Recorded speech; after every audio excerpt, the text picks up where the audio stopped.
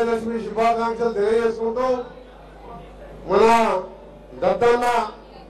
అజాత శత్రువు రెండు తెలుగు రాష్ట్రాలనే కాదు ప్రతి ఒక్కరు కూడా ప్రేమించే మన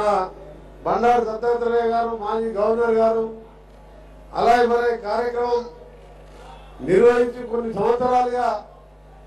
ఒకరోజు దసరా నిర్ణయం చేసుకుంటే అలాగే బలాయితో 2-3 రోజులు దసరా పండుగ చేసుకున్నట్టు అనిపిస్తుంది. అలాంటి అజాత శత్రువు దత్తాత్రేయ గారి పిలుపు పేరుకు ఇచ్చేసిన పెద్దలు గౌరవనీయులు వెంకయ్య నాయుడు గారికి, మాజీ చీఫ్ జస్టిస్ రమణ గారికి, అలాగే వేదిక పైన నాగార్జున గారికి, వేదిక పైన అందరి ఎంపీలకు, ఎమ్మెల్యేలకు,